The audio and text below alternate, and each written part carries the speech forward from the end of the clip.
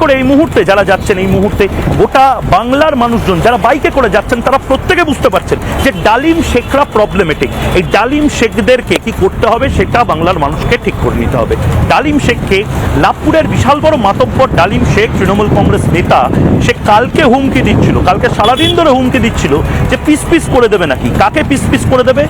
যারা ভোট দেবে না তৃণমূল কংগ্রেসকে, হিন্দু ভোটারদেরকে বাড়ি থেকে বের না করার জন্য সে পরামর্শ দিচ্ছিল। বিশাল মাতব্বর, সে ভেবেছে মাথার উপরে অনুব্রত মণ্ডল এবং মমতা বন্দ্যোপাধ্যায়ের হাত আছে। ডালিম শেখ, এই ডালিম শেখদেরকে আবারও বলছি, এবারের ভোটটা আলাদা ভোট হতে চলেছে।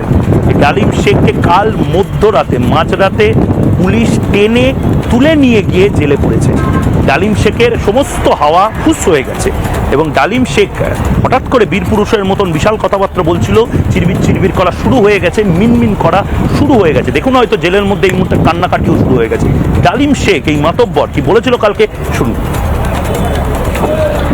ডালিম ছাড়া নাই বলি স্যার, ডালিমে একটা ভোট নেবো সঙ্গে, আর যে কোটা ভোট দিবি না যদি 100টা পরে বলি দেবো এই বাড়ি আর সেই বাড়ির কোনো ব্যবস্থা করে দিবে। প্লেট বাড়ি করে দেবো, ওই পায়ের যে প্লেট টুট আছে এইখানে অপারেশন করে বাড়ি করে দেবো। বলো না, আমি যে বলে দিই তোকে মুখ চুরি দেবো ধরি। ভোট ভোট 50টা যদি পরে টানা নাশ করে দেবো, ভাইকে বলে পিস পিস করে দেবো, পিস পিস করে দেবো মেলা তালাতে। তখন চুপচাপ থাক, পিস পিস করে দেবো ভাইকে বললো।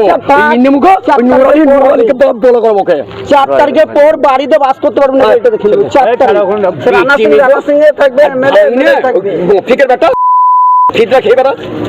দালাল যে কোটা ভোট দিবি না যদি 100টা পরে বলি দেবো এই বাড়ি আর সেই বাড়ির কোনো ব্যবস্থা করে দিবে, আমরা ধরে নিয়ে আসবো। ডালিম শেখদের সাথে কি ব্যবহার করতে হয় সেটা সিআরপিএফ জানে। আমি ঠিক ভুল বলছি না, কিন্তু সিআরপিএফরা ডান্ডা মেরে ঠান্ডা করতে জানে।